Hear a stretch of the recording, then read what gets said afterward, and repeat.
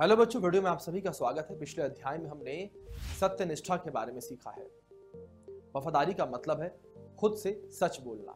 जब नागरिक एक ईमानदार और नैतिक जीवन जीता है तो वह पूर्णतः महसूस करता है अब मौलिक अधिकार क्या है। संविधान कुछ बुनियादी अधिकारों की गारंटी देता है। ये अधिकार प्रत्येक नागरिक को प्राप्त है, चाहे उनकी जाति, पंथ, रंग या लिंग कुछ भी हो। इन्हें मौलिक अधिकारों के रूप में जाना जाता है। मौलिक अधिकार अधिकारों का एक समूह है जिसे सर्वोच्च न्यायालय द्वारा स्वीकार किया गया है।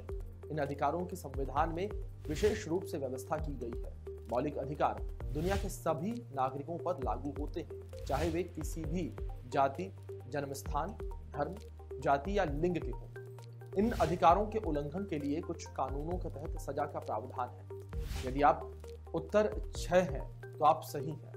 ये मौलिक अधिकार समानता का अधिकार, स्वतंत्रता का अधिकार, शोषण के खिलाफ अधिकार, धर्म की स्वतंत्रता का अधिकार और सांस्कृतिक और शैक्षिक अधिकार और संवैधानिक उपचार का अधिकार है। समानता के अधिकार में कानून के समक्ष समानता, धर्म, नस्ल, जाति, यौन अभिविन्यास, लिंग या लिंग पहचान या जन्म स्थान के संदर्भ में भेदभाव पर प्रतिबंध, रोजगार के मामले में अवसर की समानता, अस्पृश्यता का उन्मूलन शामिल है।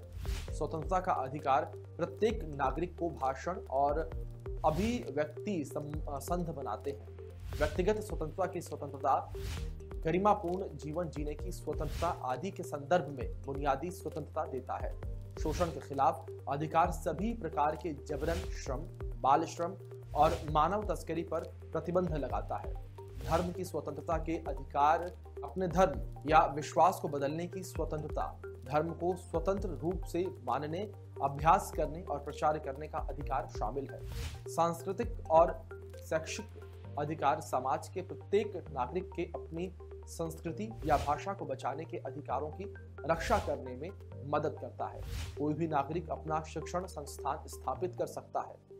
संवैधानिक उपचार का अधिकार अन्य अधिकारों को शक्तिशाली बनाता है।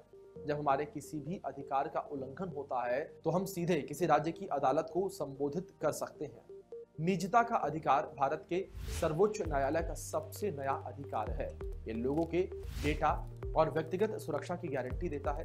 अंत में हम कह सकते हैं कि मौलिक अधिकार प्रत्येक व्यक्ति के व्यक्तित्व के विकास के लिए आवश्यक है। इस प्रकार मौलिक अधिकारों का उपयोग अस्पृश्यता को समाप्त करने और धर्म, जाति, लिंग या जन्मस्थान के संदर्भ में भेदभाव को रोकने के लिए किया जाता है। इस वीडियो में हमने विश्व स्तर पर नागरिकों के मौलिक अधिकारों के बारे में सीखा है। अगले वीडियो में हम सीखेंगे कि अस्पृश्यता को कैसे समाप्त किया जाए। तब तक आप रिवीजन करते रहें। अलविदा, धन्यवाद।